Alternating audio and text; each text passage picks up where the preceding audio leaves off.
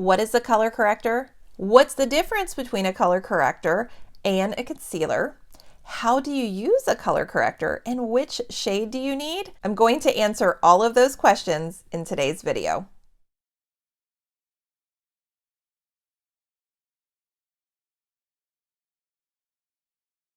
Well, hey friends, it's Dawn. Welcome back to another video. Thank you so much for joining me today. We're going to learn all about color correction in this video. So to understand color correction, let's look at the basics of color theory. So when we look at a color wheel, the colors that are opposite of each other are called complementary colors. Now in fashion, when we create outfits of complementary colors, they are very high contrast. But we're not talking about fashion in this video, we're talking about makeup. In makeup, we can use complementary colors to neutralize or cancel out things like blemishes, dark circles, or other skin discolorations. So a color corrector is typically a liquid or a cream makeup, and when we apply it to the skin, it corrects or visibly neutralizes skin discoloration on our face. So what is the difference between color corrector and concealer? Color corrector is going to come in a colored shade, such as purple, green, yellow, orange, peach, but it's not the same as a concealer, which is going to be a skin tone color. Concealer can be used alone on the skin. It can be used with or without foundation, but a color corrector, you're always going to layer a foundation or a concealer or both over top of that color corrector.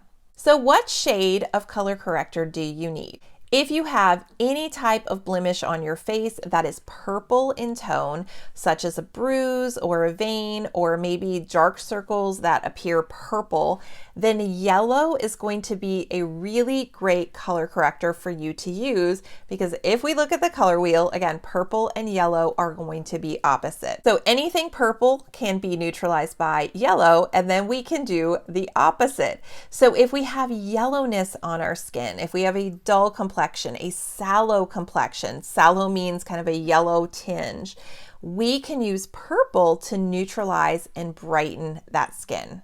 Green is used to neutralize redness. So if you have blemishes that are inflamed, if you maybe have rosacea or broken capillaries, you have some redness you're dealing with, green is going to be a great color for you to use. The next three colors I'm going to talk about are all going to be used for a similar purpose. It's just going to depend on your skin tone, which one would be right for you. Orange is going to be a great color to use to cover dark circles under the eyes if you have medium to deep skin tone. Now, if you have a light to medium skin tone, if you're a little bit more fair like I am, a peachy tone would work better than an orange. And then if you have a very fair skin tone, you may need a pink if that peach is a little bit too much for you. In last week's video, I talked about my skin prep routine. If you haven't watched that video, make sure you go back and do that. But basically, after you finish your skin prep routine, that is when you would come in with your color corrector before you apply your foundation. So if you have, again, redness that you're trying to cover up, or you have the dark circles under your eyes, whatever it is that you're trying to address with the color corrector, you will do that after your skin prep, and then you will apply your foundation on top.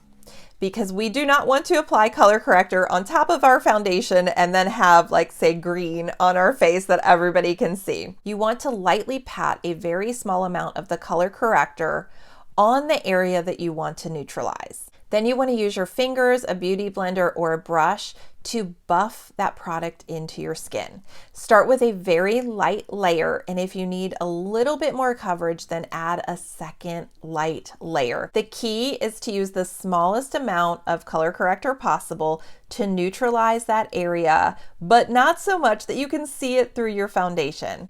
After your color corrector is applied, that's when you'll come in with your foundation over top of it.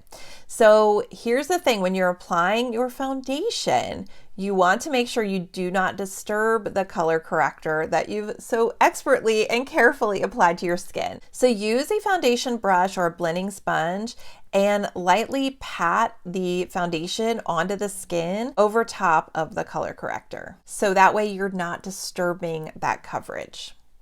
I personally only use one color corrector in my routine, and that is my under eye corrector.